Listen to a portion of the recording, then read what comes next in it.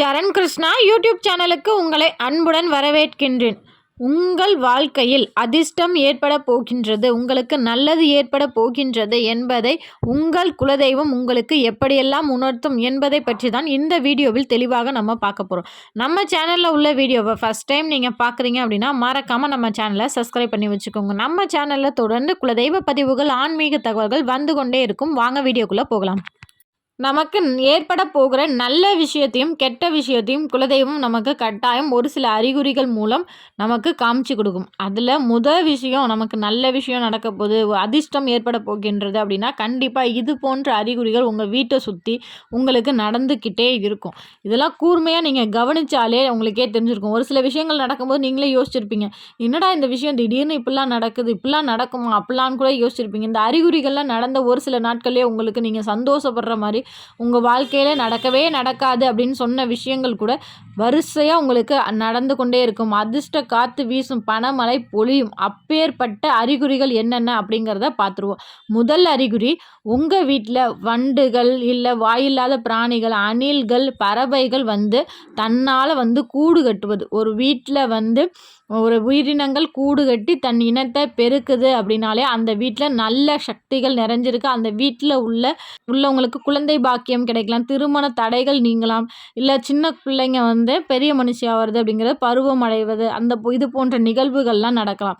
இரண்டாவது அறிகுறிகள், உங்கள் வீட்டில் நீங்கள் செடி கொடிகள் வளர்த்துருந்தாலும் சரி, இல்லை ஒரு மரம் வளர்த்துருந்தாலும் சரி, எப்போதும் இல்லாத அளவுக்கு அதிகமாக பூத்து குலுங்குவது, காய் கனிகள் உங்களுக்கு நிறைய கொடுப்பது, ஒரு தோப்பு வச்சுருக்கீங்கன்னா அதில் அதிகமான விளைச்சல் வருவது, இது போன்ற விஷயங்கள் வருவதும் உங்களுக்கு அதிர்ஷ்டம் ஏற்பட போகின்றது, உங்களுக்கு ஏதோ நல்ல விஷயம் நடக்கப் போகின்றது என்பதை உணர்த்துகின்றது.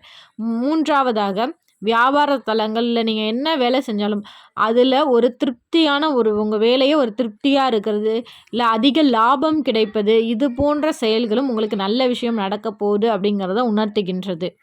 நான்காவதாக, உங்கள் வீட்டில் பழைய அடகு நகைகள் அனைத்தும் திரும்பி வருவது, இல்லை நீங்கள் ஒரு வழிபாடு, சக்தி வாய்ந்த ஒரு வழிபாடு யாராவது நீங்கள் இந்த செய்யுங்க உங்களுக்கு வாழ்க்கை நல்லாயிருக்கும் அப்படின்னு சொல்கிறத நீங்கள் கேட்குறது, அதை செய்யணும்னு உங்கள் மனசுக்கு தோன்றுறது, அதை நீங்கள் தொடர்ந்து செய்து அதிக பலன் பெறுவது.